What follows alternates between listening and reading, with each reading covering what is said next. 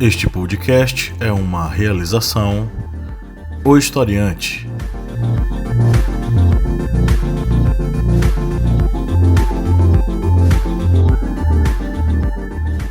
Olá, historiantes! Bem-vindos a mais um podcast. Estamos aqui mais uma vez prontos, listos e bem organizados e bem informados para ajudar você a ficar ligado e aprender um pouco mais sobre alguns conceitos que podem ser tema da redação do Enem. Hoje estamos aqui eu, o professor Pablo Magalhães, o professor Márcio Fabiano. Olá, historiantes! Bom estar com vocês de novo. E o Kleber Roberto, lá da China, por telefone. E aí, pessoal, beleza? Beleza. A ausência de hoje é da Lídia Verônica, que está aí com compromissos, organizando eventos e não pôde estar aqui presente com a gente, né? Bom, hoje a gente vai tratar sobre um tema que é bem característico do povo brasileiro. Mas antes de eu passar a palavra para minha bancada, a pergunta que não quer calar. Você já é o nosso patrono? Criancinhas que estão nos escutando aí no Spotify, no iTunes, no SoundCloud, no nosso aplicativo, no site e em qualquer outro agregador de podcasts. Você está perdendo tempo, sabia? Seja um aluno patrono e aproveite as nossas vantagens. Acesse o site apoia.se/historiante e saiba como participar. A partir de R$1 você já faz parte dessa família fantástica, maravilhosa que é o Historiante. E também a partir de R$15 você se torna um aluno patrono e tem acesso ao nosso grupo secreto, onde você tem mais acesso com a gente e tem também acesso a material exclusivo. E aí, vamos lá? Acesse o site apoia.se/historiante e faça parte dessa galera maravilhosa. A importância da leitura para a formação social, né? E aí eu vou abrir aqui os nossos debates falando sobre uma matéria interessante que foi publicada no site da Agência Brasil de Notícias, e o título é Falta de leitura favorece notícias falsas, não é? Na noite do próximo dia 8 de novembro, no auditório de Ibirapuera, em São Paulo, será realizada a 60ª edição do Prêmio Jabuti, considerado o principal reconhecimento e a mais tradicional honraria aos livros e aos escritores no Brasil. A realização de um evento literário por 6 décadas no país é um marco. De acordo com a pesquisa Retrato da Leitura, 44% da população brasileira não lê e 30% nunca comprou um livro. O Banco Mundial estima, com base no Programa Internacional de Avaliação de Alunos, o PISA, que os estudantes brasileiros podem demorar mais de 2,5 séculos para ter a mesma proficiência em leitura dos alunos dos países ricos. Segundo a Fundação Instituto de Pesquisas Econômicas, a FIPE, o mercado editorial encolheu 21% entre 2006 e 2017. Dentre outras coisas, o especialista que foi entrevistado, o nome dele é Luiz Antônio Torelli, ele diz o seguinte: as pessoas formam opinião sem checar o que recebem, a origem dos dados ou quem é que está publicando. Quando você tem um pouco de conteúdo proporcionado pela leitura, vê que aquilo não tem nenhum fundamento. Isso ele falando sobre as fake news. Segundo o especialista, as notícias falsas, elas são, como é que eu posso dizer, impulsionadas pela falta de leitura do brasileiro, né? Bom, e aí nós temos um problemão, né? Brasileiros que não leem, que não compram livros, que não se interessam. O que fazer e como, o que pensar, na verdade, sobre essa realidade aqui em nosso país? Bem, sobre essa questão do brasileiro, ele não gostar de leitura, é uma coisa que já é histórica no Brasil. Isso sempre, em várias pesquisas, sempre indicou que o brasileiro ele tem, digamos, essa dificuldade para a leitura. Muitas vezes o brasileiro se utiliza do discurso de que livro é caro. Você, acho que muitos aqui, desde que estão escutando esse podcast, já ouviu isso. Alguém dizer, eu não compro livro porque é caro. Contudo, já foi passado em algumas reportagens que bibliotecas na cidade de São Paulo chegaram a fechar por falta de visitantes. Muitas bibliotecas com acervos enormes tinham, em média, 5, 6 visitantes por semana. Ou seja, aí digamos, desculpa que o brasileiro se utiliza por não ler de que o livro é caro, ela é por terra, tanto pela questão da não ida dos brasileiros às bibliotecas, como também pela questão do acesso ao livro, que muitas vezes é facilitado pela questão, por exemplo, da existência de sebos, livros de editoras que têm baixo custo, mas mesmo assim o brasileiro ele não tem o hábito de leitura. É tanto que a média de livros lidas por brasileiros é de 2,4 livros por ano. Enquanto, por exemplo, o argentino, ele tem a média de 5,5 livros por ano, ou seja, mais que o dobro do brasileiro. E muitos dizem que essa pesquisa sobre o índice de leitura do brasileiro ainda é um pouco, digamos assim, inchada. E muitas pessoas têm, digamos, a vergonha de admitir que não lê e acaba dizendo que lê um livro por ano e tal. Isso acaba inchando a pesquisa de uma forma, digamos, mentirosa, infelizmente.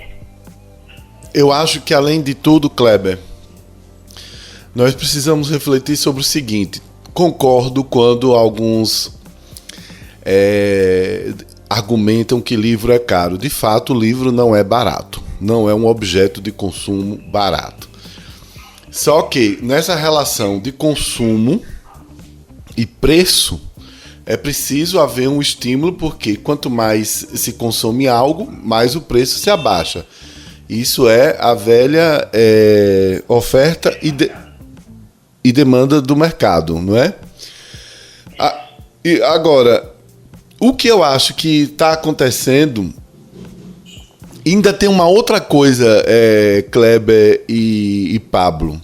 Existe uma proliferação dos chamados livros de autoajuda, que são os que mais vendem, são os que mais fazem sucesso.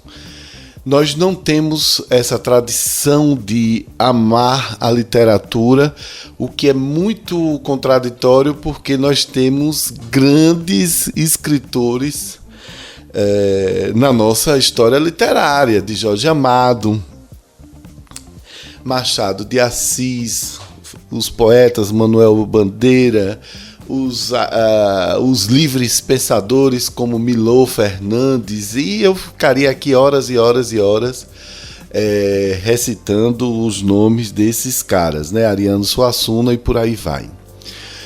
Bom, tem uma coisa que eu quero que os nossos historiantes reflitam. Como você chegou ao seu primeiro livro? Quem te entregou um livro para ler? Foi a escola?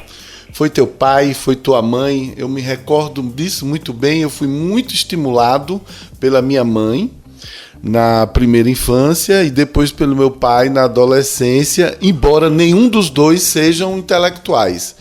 Mamãe sempre soube que era muito importante a leitura e eu tinha acesso a livros, a quadrinhos, a gibis, ao que quisesse. Meu pai nunca se aperreou em comprar. Eu encomendava livros quando ele viajava e ele trazia isso para mim.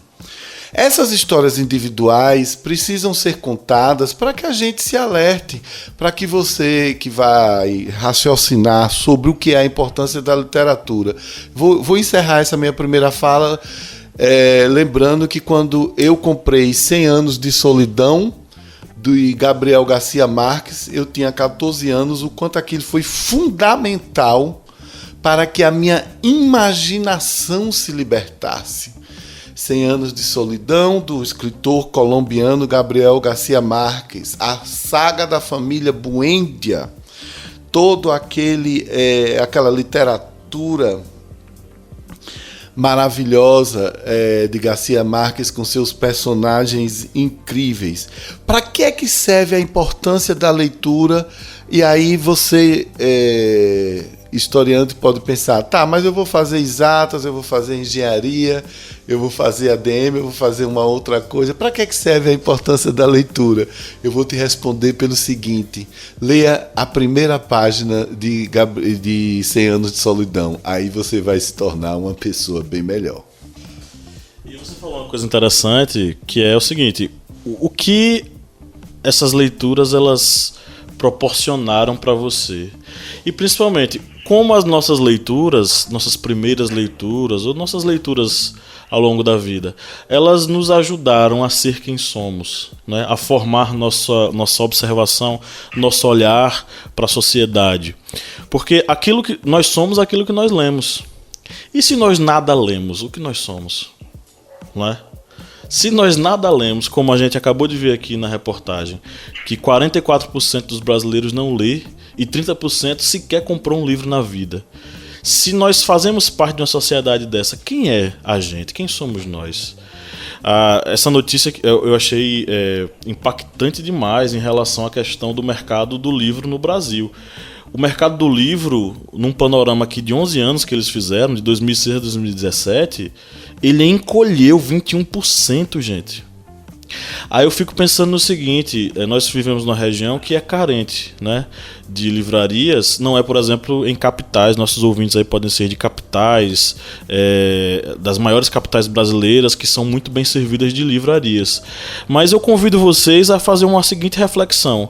Nós somos um país com dimensões continentais, nós somos enormes, muito grandes. E muitas cidades interioranas, elas não são servidas de livrarias.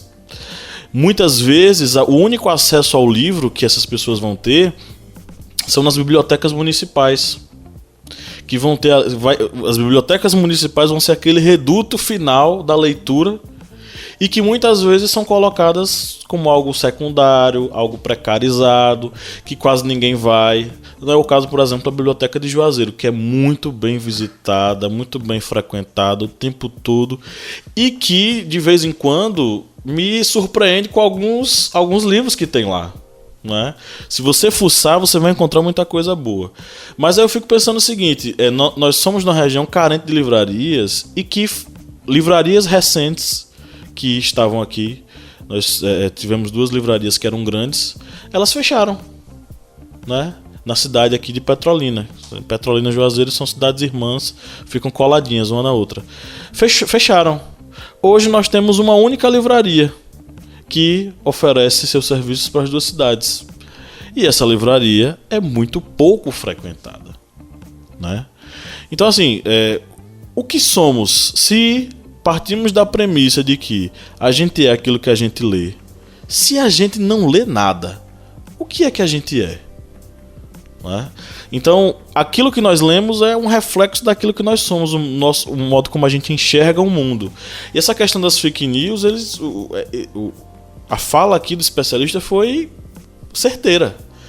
Porque nós somos um país que tem tanta fake news? E aí saiu dados, né, da OEA dizendo que o Brasil é o primeiro grande caso onde fake news atrapalharam, influenciaram na opinião pública em relação a uma eleição. Fruto da nossa falta de leitura, da nossa falta de problematização. Recentemente saiu, né, a notícia de que um escritor estrangeiro, o Olavo de Carvalho, né, que diz que é filósofo, mas não é filósofo, tá? Se você está nos escutando, aluno de ensino médio que está sendo influenciado aí por esse tal de Olavo de Carvalho, ele não é filósofo, no máximo ele é astrólogo, né? Ele pode lhe ajudar fazendo mapa astral, ponto. Ele vem dizendo que o candidato do PT, Fernando Haddad, teria escrito um livro onde ele faz apologia à pedofilia. Se nós vivêssemos num país com uma mínima cultura de leitura, a gente saberia, a boa parte da sociedade brasileira saberia que isso é uma mentira, isso é uma falácia. Mas nós somos o país que tem 44% de pessoas que não lê. E eu tenho medo disso, sabe?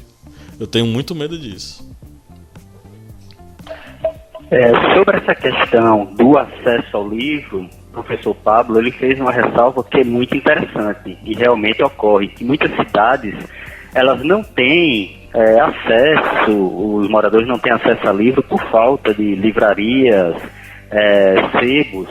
Aqui em Petrolina mesmo, nós não temos livrarias, nós temos 2 sebos que ficam na rua Pacífico da Luz.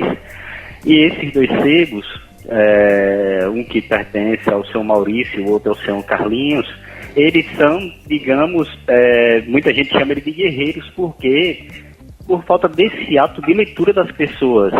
eles vendem livros, livros de literatura, de leitura contemporânea, livros de conteúdos universitários, história, geografia, direito. Eles têm um acervo bom e tem livros de leitura que são de 10, 15 reais. E mesmo assim, não há pessoas que vão atrás desse livro, mesmo tendo esse baixo custo. São livros que qualquer pessoa teria acesso.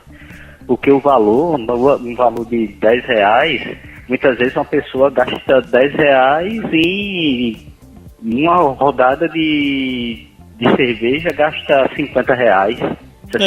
Numa festa, numa balada. O Márcio falou aqui na questão de qual foi o primeiro livro que você recebeu, ou quem foi que lhe estimulou a questão da leitura. Eu lembro que minha mãe, ela nunca foi muito de leituras, de literatura. Ela lia mais os livros específicos para a área dela, né? Mas ela me presenteou com alguns livros. E meu pai, funcionário do Banco do Brasil, ele tinha acesso à biblioteca do Banco do Brasil, a Biblioteca Nacional do Banco do Brasil, que enviava os livros via correio.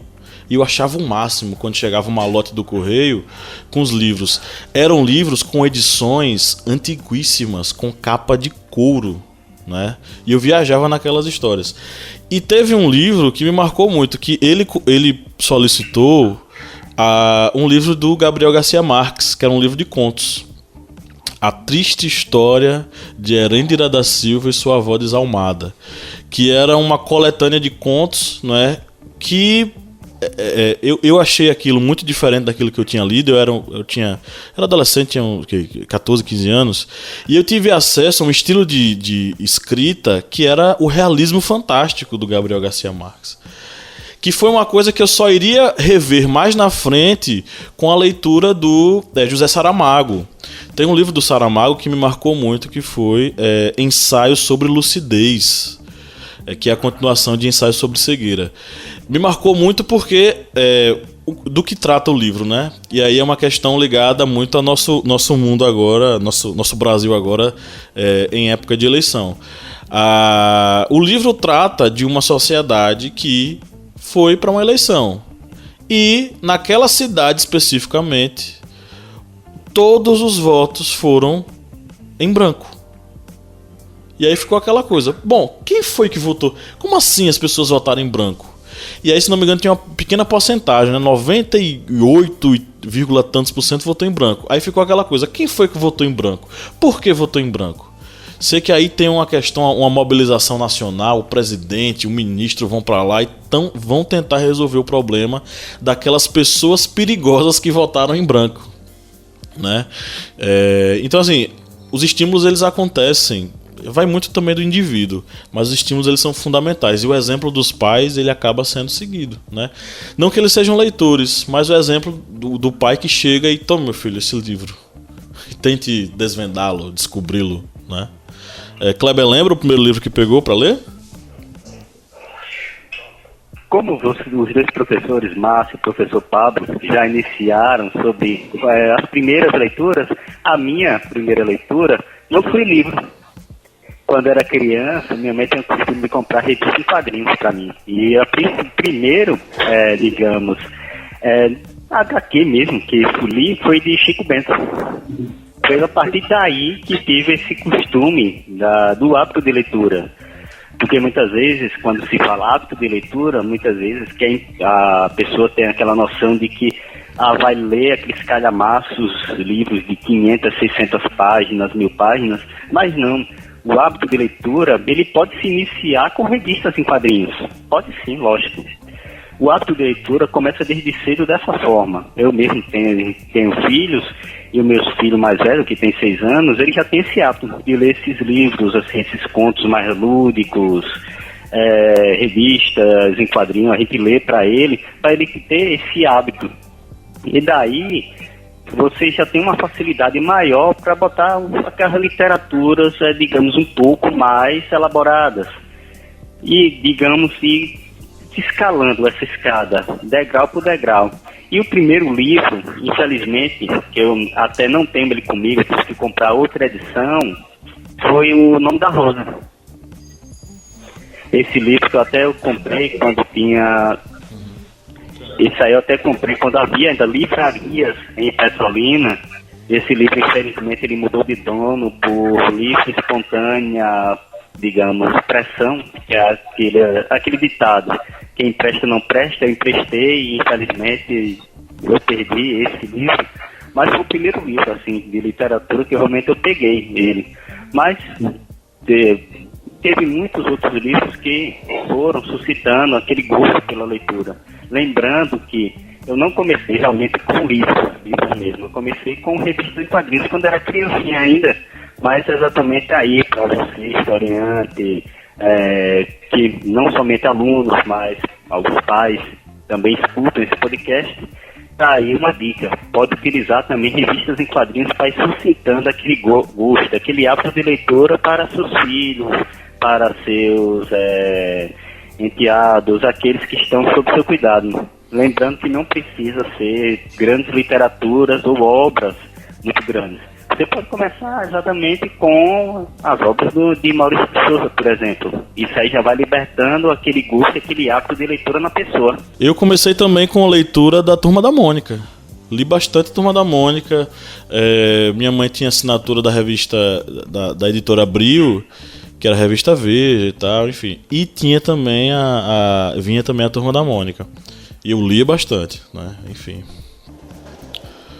Bom, vamos para as perguntas dos nossos seguidores. Ah, é? Então tá. Vou começar aqui com o Márcio. Emerson Guerreiro. O arroba dele é Emerson Guerreiro SKTR. Talvez não seja a leitura o problema em si, mas a falta de buscar meios que confirmem tais assuntos que a gente lê por aí. Para confirmar ou não confirmar tais assuntos que a gente lê por aí, Emerson, é preciso leitura sim. Queria avançar um pouco nessa questão, informando que não é apenas a leitura de livros. O que é a leitura? O que é que essa palavra leitura diz? Ela transcende, certo? A própria questão livresca de livros. Quando a gente lê, quando a gente busca a leitura, a gente busca codificar e decodificar o mundo ao nosso redor. Só que para essa decodificação ser mais clara, ela precisa realmente de fontes fidedignas que possam alimentar o nosso arcabouço mental e que daí a gente possa tomar decisões, a gente possa tomar opiniões e, acima de tudo, a gente possa ter a oportunidade de se encantar com essas possibilidades que as leituras nos dizem, né? A gente lê o mundo observando um quadro, a gente lê o mundo quando vai a uma peça de teatro, a gente lê o mundo quando ouve uma canção que nos toca ou que nos remete a alguma coisa do nosso passado. Então, eu sei que pode parecer uma conversa de professores querendo insistir nessas coisas que a gente deve estimular os alunos a ler, mas não existe outro meio. É realmente muito diferente, certo? Quando você consegue se alimentar de leituras e a sua vida se torna diferente porque você consegue, é como se você disparasse no cérebro um efeito especial e você, ao invés de ficar 90 graus, de repente você fica 360, né? E, gente, é maravilhoso. É maravilhoso. Eu li toda a obra de Gabriel Garcia Marques, eu continuo lendo Manuel Bandeira, eu ainda me emociono, de vez em quando eu vou reler algumas páginas de Jorge Amado. Vocês citaram aí Gabriela Cravo e Canela. Há trechos desse livro em que Jorge Amado é bastante feminista. Em Gabriela Cravo e Canela, onde ele tenta defender a independência da mulher. Isso numa história cantada do século passado, onde o machismo imperava muito. Então é fundamental, é realmente fascinante. Eu vou encerrar para você, Emerson, com um poema de um amigo meu que se chama Toinho Castro. Ele é de Natal, viveu em Pernambuco e hoje está no Rio de Janeiro. Olha que coisa linda. Não acredite se te disserem que o amor não existe. Eu mesmo o encontrei no escritório do Recife. Olhei no seu olhar, ora verde, ora cinza, olhos de menina, árvores no alto da colina. Encontrei o amor, andei com ele pelas ruas de Olinda. Anoiteci ao seu lado, enternecido, enamorado, brindamos a sua vinda. Encontrei o amor e ele me seguiu, me amparou. Fiz morada nesse amor, a aprender tudo que ele ensina. Chego ao topo da colina e ouço seu nome, um nome de menina, ora cinza, ora um verde, que persiste. Não acredite se te disserem que o amor não existe. Não acredite. É lindo demais. Perfeito. Vamos para a próxima pergunta. Essa vai para Kleber. É da Daniela Saboia. Ela para a pergunta: e se o tema da redação do Enem fosse a importância da leitura para a formação social, qual seria seu argumento? Ela falou: o se reconhecer e o reconhecer o outro. A leitura traz a consciência de quem somos através da experiência do outro, que pode ser ficcional ou passado histórico. Se eu entendo quem sou, eu entendo quem o outro é. Isso, realmente, porque é exatamente essa que é uma das funções também da leitura. Você, a partir da leitura, você está literalmente vivenciando um personagem fictício, por exemplo, um livro, ou você está vivenciando uma história que existiu, ou então um personagem histórico, um fato histórico, você vivencia aquele fato, você vivencia o que o personagem, aquele ator do livro, aquele ator principal que está ali, daquele livro, ele fez ou ele sentiu. Essa também é uma das funções da leitura, exatamente libertar o conhecimento da pessoa, entendendo o que o outro escreveu e o que está se passando naquele livro. Porque muitas vezes, muitas pessoas têm uma dificuldade na leitura, porque, por exemplo, principalmente em livros históricos, ele lê aquele fato e fica sem entender o porquê. Porque ele não percebeu a vivência daquele personagem naquele fato, naquele momento. Ou seja, ele fica, digamos, subentendido aquele conhecimento. E a função principal da leitura é exatamente essa, a pessoa entender aquele fato, aquele ator, a partir daquela leitura. E, até lembrando, nosso amigo aí, professor Márcio, ele já narrou aí um poema. Eu até poderia narrar, mas eu vou deixar aqui para comentar isso aí nas minhas dicas, no final aqui do Historiando.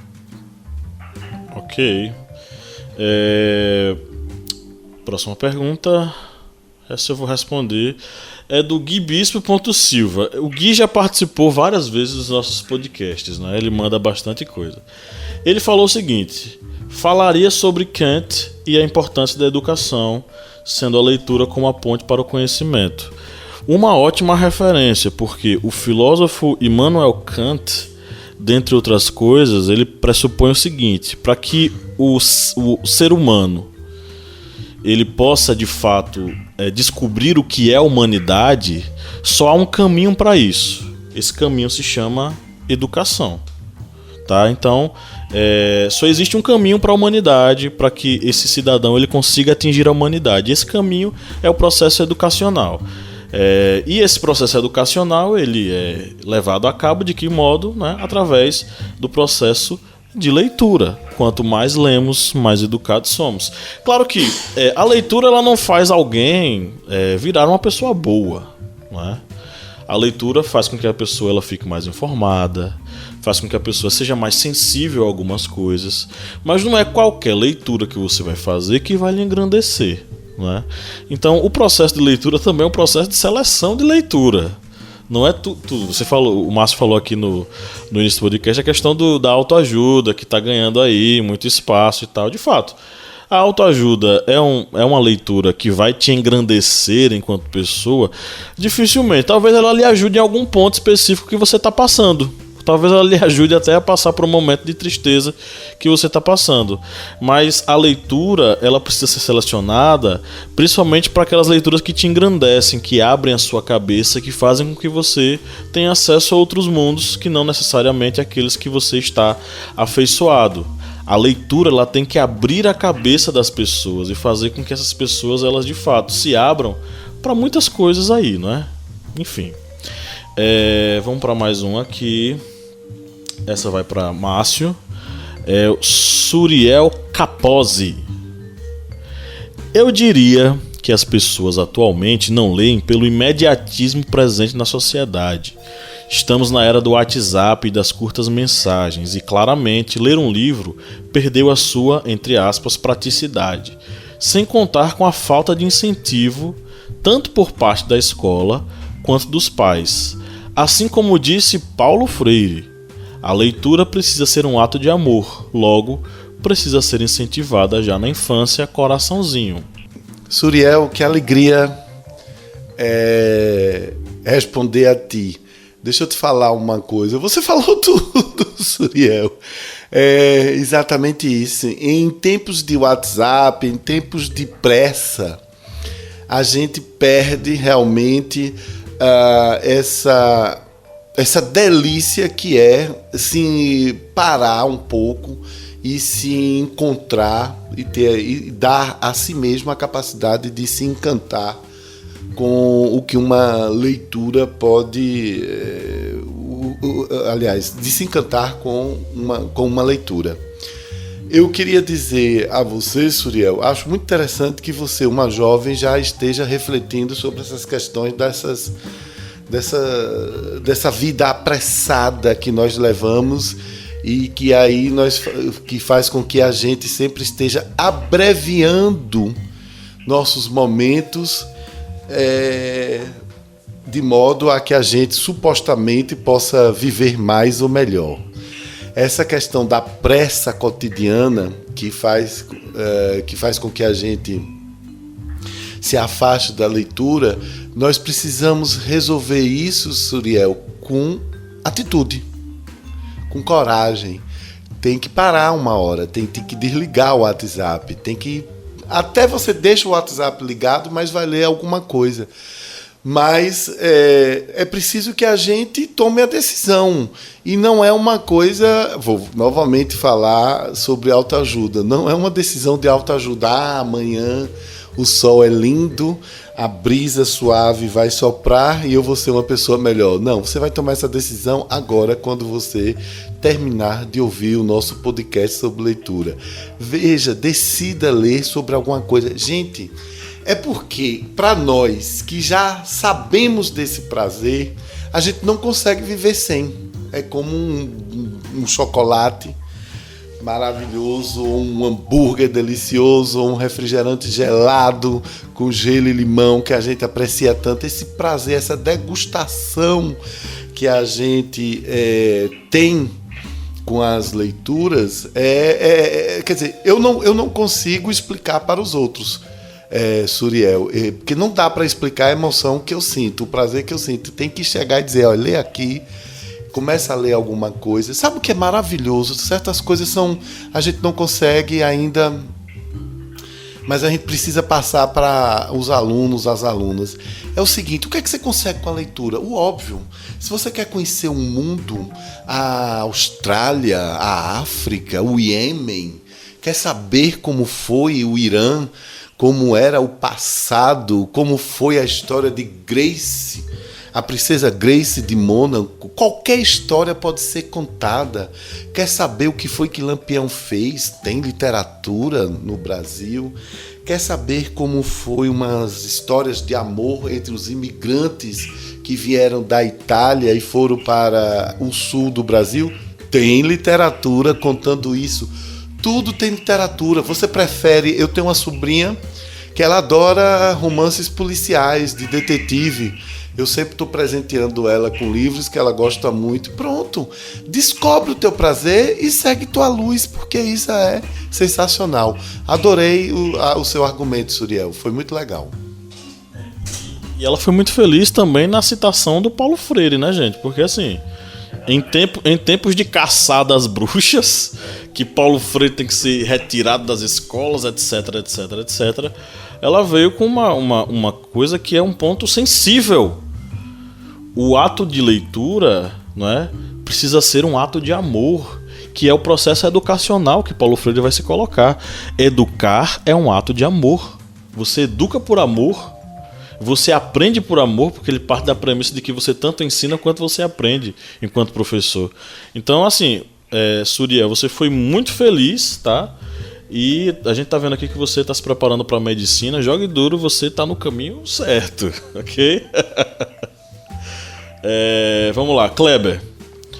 Essa aqui foi o Luiz Henrique, que ele mandou um tijolaço aqui.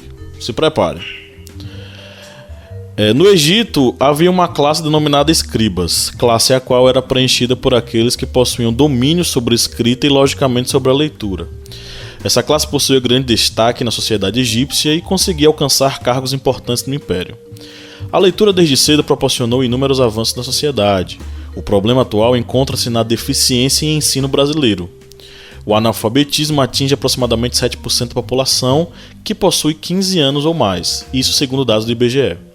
As escolas possuem poucos projetos que buscam incentivar a leitura. Outro ponto crucial é a permuta de livros pela mídia. Eu acho que não é talvez ele tenha dito assim no caso de trocar a leitura por assistir televisão, talvez seja nesse sentido. Muitas crianças e jovens estão tão drasticamente acomodados com a TV e o celular que a leitura de um livro, especialmente o livro físico, o palpável, se tornou um fardo. A nossa cultura de leitura deveria ser algo semelhante à monarquia. Isso aí já é uma viagem que passa de pai para filho, entretanto, infelizmente, esse é um fato que raramente acontece. A leitura transforma, entrega ao indivíduo a capacidade de enxergar novos horizontes, traz conhecimento e, além disso, aumenta a sabedoria e, consequentemente, diminui a ignorância. Como já dizia o filósofo grego Sócrates, o mal é mal porque ele é ignorante. Não queremos uma sociedade ignorante, queremos uma sociedade sábia, e isso só pode ser alcançado se a leitura for a base do povo. Luiz Henrique, sua colocação foi muito boa. Realmente, o conhecimento ele é um dos fatores primordiais para o domínio. Isso mesmo. Uma sociedade em que ela não consegue adquirir o conhecimento, ela acaba ficando alheia, muitas vezes, à sua própria realidade. Nós, no Brasil, estamos vivendo isso. Em pleno 2018, véspera de eleição, a população muitas vezes fica parecendo alheia ao que está ocorrendo em sua volta, sem saber o que vai fazer, em quem vai votar, ou proposta de candidato tal, fica alheia a tudo isso, porque exatamente não busca conhecer, não busca saber a proposta, a plataforma de cada um. E o conhecimento, e a falta desse conhecimento é o que gera pessoas que são facilmente manipuláveis. E como o professor Pablo mesmo disse, fez aí uma referência que a eleição no Brasil esse ano é uma das que foi mais abaladas pela questão dessas notícias falsas, das fake news e dessa transmissão rápida através das mídias e redes sociais. Bem, sobre essa questão da rede de ensino, ela terem essa dificuldade em repassar esse hábito de leitura para os alunos, esse hábito, muitas vezes, ele não é em seu próprio lar incentivado. Muitas vezes, os pais, ou então os tutores dos seus filhos, ou aqueles que teriam responsabilidade de educar as crianças, eles não passam esse hábito familiar para as crianças. E elas já chegam sem esse hábito nas escolas. E muitas vezes as escolas, elas acabam passando livros, muitas vezes livros para didáticos, que não atraem as crianças. Logicamente, muitas instituições de ensino passam livros que são clássicos no século XIX, no século XVIII, XVII, mas só que essa literatura não é uma literatura tão atrativa para uma pessoa que não tem hábito nenhum de ler. Ou seja, acaba sendo aquela leitura obrigatória, aquela leitura forçada e que muitas vezes faz com que o aluno ele acabe se distanciando desse hábito de leitura exatamente porque não tem uma leitura de algo que seja muito mais voltado para a realidade dele. Eu acho que se não me engano, é na Inglaterra, na Grã-Bretanha, que as escolas eles já incentivam os alunos a ler com obras que são mais recentes, na década de 1960, 1970, e isso facilita, porque é uma literatura que está muito mais próxima da realidade atual do aluno. E nesse mundo de comunicação tão rápida, de informações tão rápidas, muitas vezes uma leitura de um clássico do período, digamos, romancista, ou então um clássico que ainda seja dos séculos 17, 18, ele acaba não sendo tão atrativo para esse aluno que está ali conectado na rede e precisa de uma informação que seja muito mais atualizada para despertar essa vontade de leitura do mesmo. Mas aí o que fazer, por exemplo, com os clássicos? Por exemplo, as obras clássicas do Machado de Assis, Mas é exatamente aí que eu ia chegar. A leitura, ela tem que ser iniciada de uma forma que seja atrativa para esses alunos. Muitas editoras, por exemplo, é nesse ponto que eu iria chegar, muitas editoras, eles pegam os clássicos e transformam em obras de quadrinhos e HQs. Eu mesmo, meu filho, de 6 anos, ele tem o livro de Tolstói, de R. Paz, em quadrinhos. Eu achei essa edição, ela toda feita em HQ, e tem muitos outros livros que são adaptados para HQ. E isso é uma das formas de atrair esse aluno que não tem esse hábito de leitura tanto para o hábito de leitura como para o hábito de ler, digamos, esses clássicos da literatura nacional e internacional. Nós temos, por exemplo, um desenhista pernambucano, infelizmente aqui me falhou o nome, vou até pesquisar para ver se encontro, que ele fez um HQ baseada na Revolução de 1817. Ou seja, nós vemos que esse desenvolvimento para atrair esse hábito de leitura dos mais jovens, ele está ocorrendo. Agora cabe também às instituições de ensino e às próprias famílias a pegarem essas obras e repassarem para os seus filhos para ter um incentivo de leitura para os mesmos. Eu tenho uma edição aqui, eu concordo com vocês, né? Eu tenho uma edição aqui de Frankenstein, da Mary Shelley. É uma edição, deixa eu só dar uma olhadinha aqui na editora, Quarto Editora. E é uma edição interessante, capa dura, né? Com a obra Frankenstein em quadrinhos. A Companhia das Letras também lançou em quadrinhos, se não me engano, foi o livro As Barbas do Imperador, se não me engano.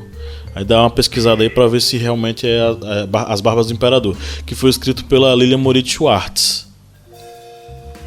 E se os pais, eles também quiserem incentivar os seus filhos menores, o próprio Maurício de Souza, como a Turma da Mônica, ele fez uma série de livros baseados no período da independência do Brasil. Ele pega todo o contexto histórico e transforma os personagens, logicamente botando aquele linguajar da Turma da Mônica, um linguajar mais lúdico, mais infantil, mas não deixa de fugir do termo histórico. E isso é uma forma de atrair os mais jovens exatamente para ler sobre o período da independência e os fatos que levaram à independência do Brasil. É uma HQ que foi até utilizada em algumas redes de ensino, porque realmente foi uma forma muito interessante do próprio Maurício de Souza de levar a história do Brasil, que muitas vezes é muito relegada pela nossa sociedade. Isso não dá para fugir disso. Realmente a história do Brasil muitas vezes é jogada para o segundo plano por ser muitas vezes considerada não tanto atrativa. E realmente a história do Brasil é uma história riquíssima, uma história que deixa qualquer pessoa, digamos, fascinada, se a pessoa se aprofundar em ler realmente a história do Brasil. Beleza. Bom, vou fazer menções honrosas aqui a Soraya Favassa, a Silvia FX, a Lori Santana, a Lana Conceição, Len Cristina, Nicolas Ribeiro, né? Vitor Moreira, imagino que seja Vitor Moreira, e o Tarcísio Borges. Eles acabaram marcando aqui uns coleguinhas deles, eu acho que eles vão comentar daqui para mais tarde, vamos trocar uma ideia sobre esse assunto, e eu queria agradecer e muito a todos eles que participaram com a gente aqui. Agora vamos para os nossos pinga-fogos. Quem começa? Sim, professor Pablo, só lembrando, o nome desse desenhista é um desenhista da Marvel, viu? Da Marvel Comics americana. O nome dele é Tony Silas. Ele já desenhou vários personagens, tanto personagens da DC como da Marvel, só que agora atualmente ele está na Marvel, e ele fez essa HQ sobre a Revolução de 1817. Ok, registro anotado. Pinga fogo pro Márcio.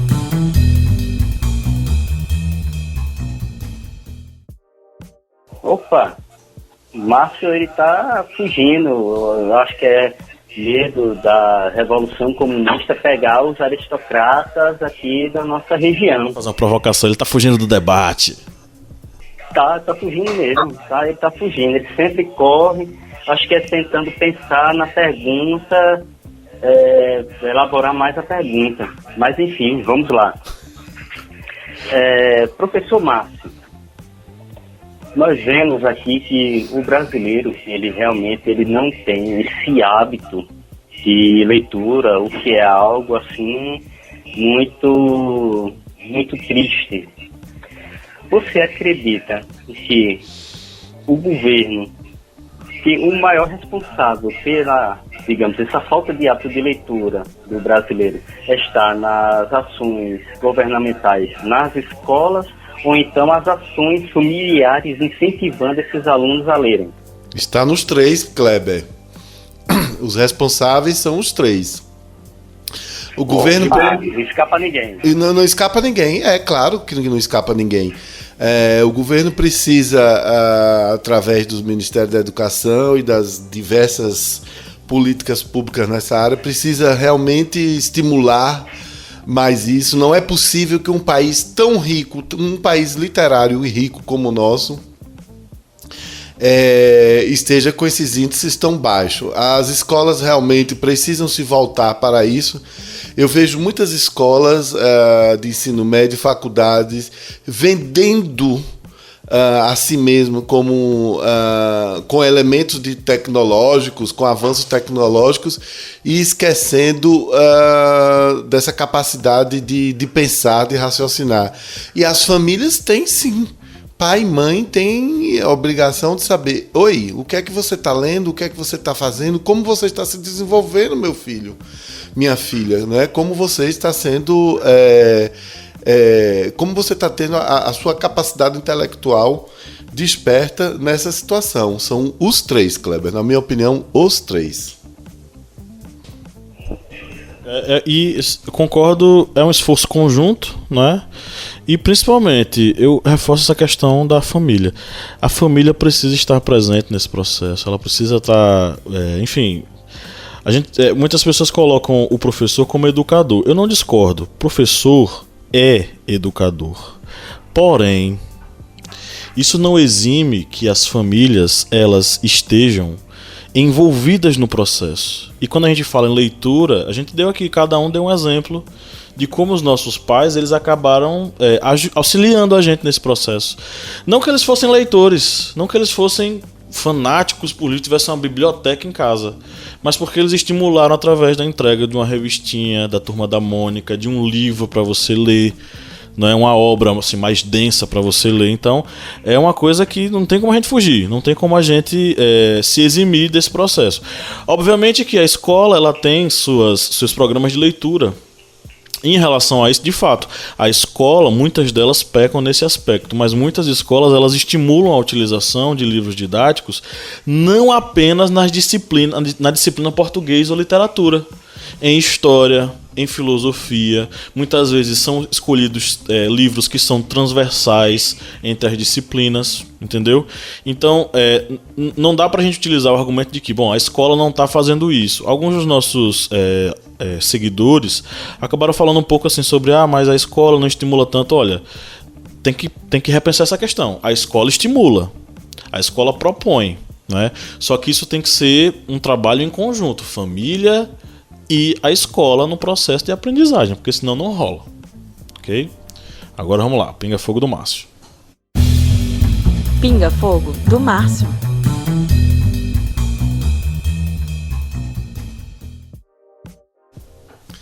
Professor Kleber, não vou levar em consideração esses seus ataques.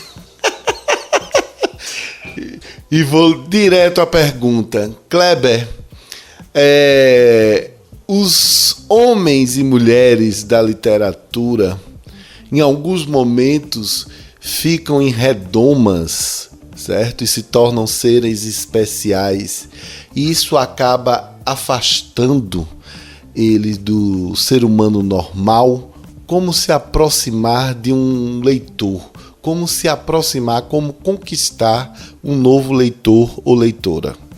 É uma boa pergunta. Realmente, atualmente, nesse mundo tão conectado de tantas informações, os escritores eles não podem, digamos, trabalhar de forma isolada da sociedade. Ele tem que ter, logicamente, o seu momento de isolamento para a criação da obra, mas depois dessa obra ele vai ter que ter aquele contato, ele vai ter que também saber o que está fazendo em sua própria obra para atrair as pessoas.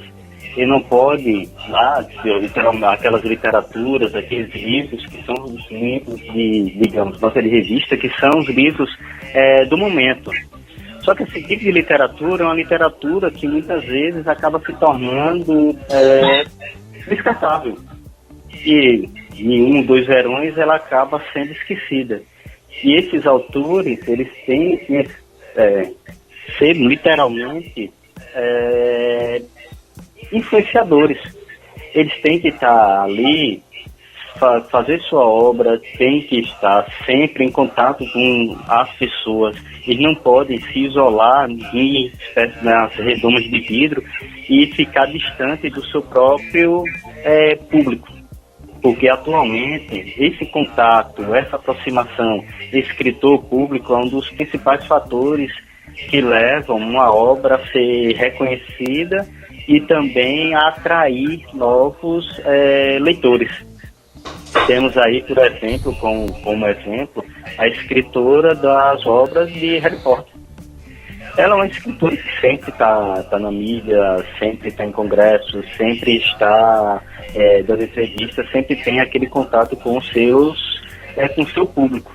E isso é uma forma de atrair esse público, porque esse isolamento do escritor, como se ele fosse uma espécie de Deus e que ninguém pudesse se aproximar dele, isso muitas vezes acaba afastando o público. E também tem aquela coisa, né? Os intelectuais acabam esquecendo que eles são parte do povo. E aí se acham superiores e somos inatingíveis.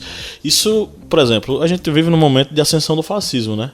Era para todos esses caras estarem se manifestando em repúdio ao fascismo, em repúdio às manifestações de violência. Mas a gente vê um silêncio, a gente vê um silêncio enorme em torno disso, né? Não que seja a obrigação deles fazer isso, mas é uma coisa que é inerente à atividade intelectual, sabe? Você escreve, você tem que estar ligado à questão do povo. E talvez por isso a gente veja também muito desinteresse da população em conhecer um livro novo de alguém. O livro ele não causa assim tanto estardalhaço. Uma novela nova causa. Um livro novo não, né? Então tem muito a ver com isso. Bom, vamos agora para as nossas indicações. Dicas culturais. Quem vai começar? Bom, eu vou indicar qualquer livro do colombiano Gabriel Garcia Márquez. Ele é um homem extraordinário, um escritor sensacional que trouxe para nós o realismo fantástico. Eu gosto muitíssimo. Basta você procurar qualquer um de Gabriel Garcia Márquez. E claro, como eu sou brasileiro e sou fã da nossa literatura, eu vou indicar Gabriela Cravo e Canela, essa delícia de obra de Jorge Amado, esse baiano tão querido, que foi um escritor brasileiro, um dos mais importantes do século passado, respeitadíssimo no mundo, um dos mais traduzidos. É isso, historiantes. Ok, eu vou citar uma escritora. Ela é conhecida porque muita gente anda fazendo recorte das frases dela e postando no Facebook. É Clarice Lispector. Eu não vou citar o livro mais importante dela, eu vou citar um que eu gostei muito. Eu li nos meus 18, 19 anos. Chama-se Crônicas para Jovens de Amor e Amizade. São pequenas crônicas que a Clarice escreveu para os jornais, e elas tratam sobre amor e amizade de uma forma assim bem suave, bem gostosa de ler. E isso pode servir muito para muitos jovens hoje se entenderem enquanto, enfim, seres viventes, né? E nessa lógica aí do amor e da amizade, aí na escola, no colégio, na praça, enfim, no rolê e por aí vai.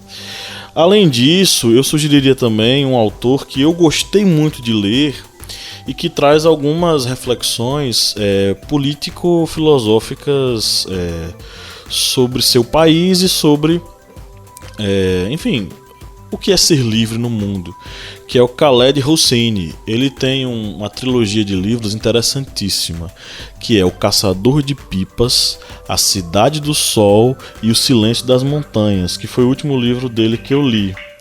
Um dos livros que eu mais gostei também de ler. Então, Khaled Hosseini, ele trata de coisas pesadas, que foi o processo ali do Afeganistão, de dominação norte-americana, soviética, do golpe que foi dado lá dentro, da ascensão do Talibã. E ele trata disso através de histórias de algumas pessoas, né, que conseguiram viver e, apesar da destruição e da violência, encontraram a sensibilidade, o amor e o afeto em tempos de guerra, né? Essa é a minha indicação. Pronto. A minha indicação é uma indicação que é uma boa indicação, principalmente para nós nordestinos, que é das obras de Ariano Suassuna.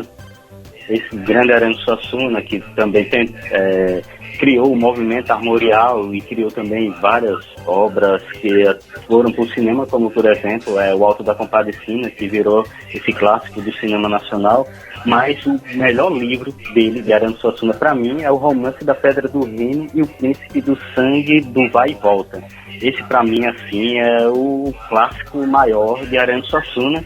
E vou até ler aqui uma das epígrafes, e tem várias epígrafes no início desse livro, e uma delas é a seguinte: quem não sabe que o digno príncipe, ó Senhor Dom Pedro III, tem poder legitimamente constituído por Deus para governar o Brasil?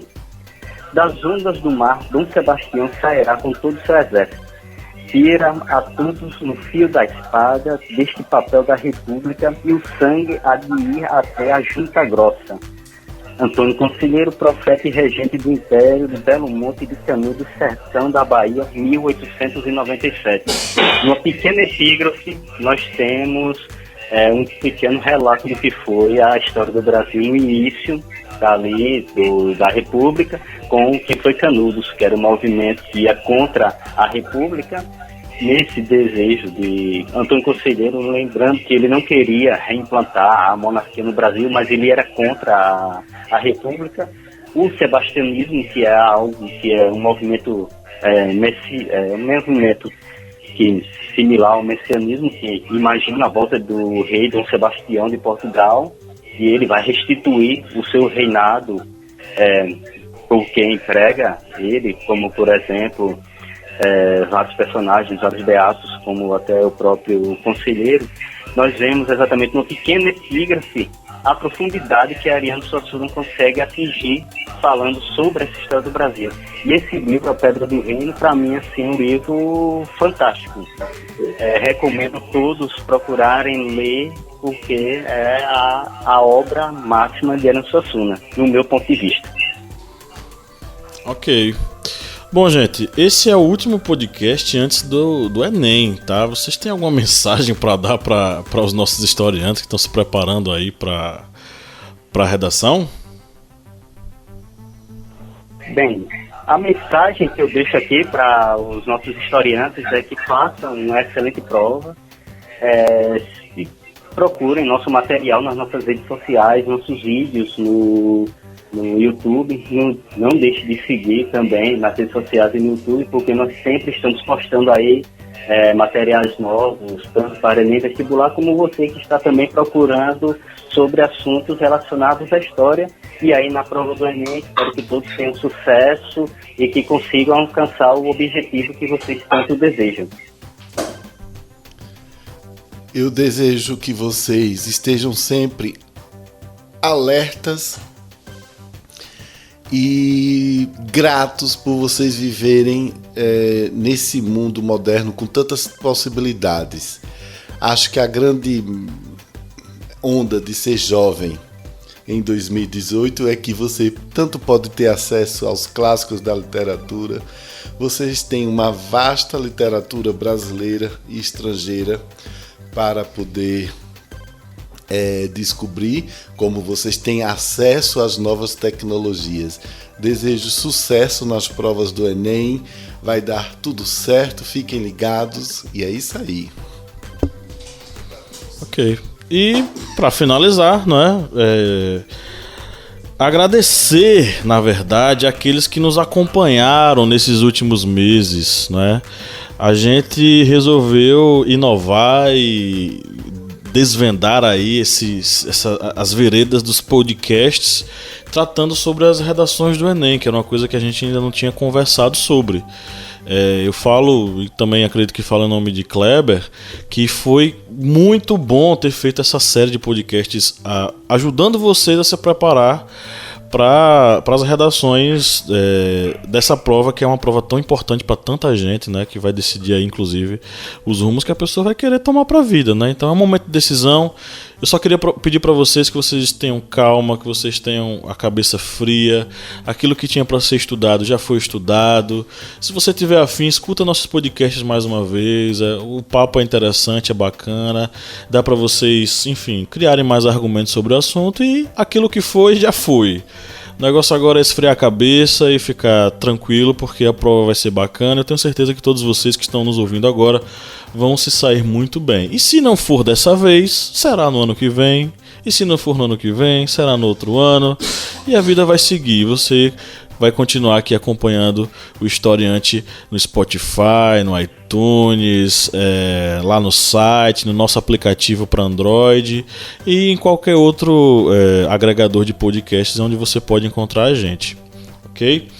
Bom, gente, foi bacana hoje, foi legal, acho que é isso. Um grande abraço para todos vocês e lembre-se, se você quer ter mais conteúdo, se você quer fazer parte ainda mais dessa família historiante, seja um aluno patrono. Acesse o site apoia.se/historiante e veja como você pode participar. Mas eu deixo claro o seguinte: a partir de R$1, olha só que coisa bacana, a partir de R$1 você já se torna membro dessa família.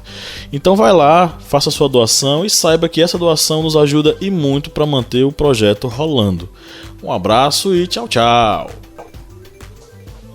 E lembrando, pessoal, que mesmo depois do Enem, o material ainda vai continuar ativo aí, viu? Vamos ter novos podcasts, vamos ter novos assuntos aí, porque o tempo não para. E o Enem 2019, ele já vai estar se aproximando e nós já vamos estar aí atualizando vocês ainda nesse ano de 2018. Com certeza.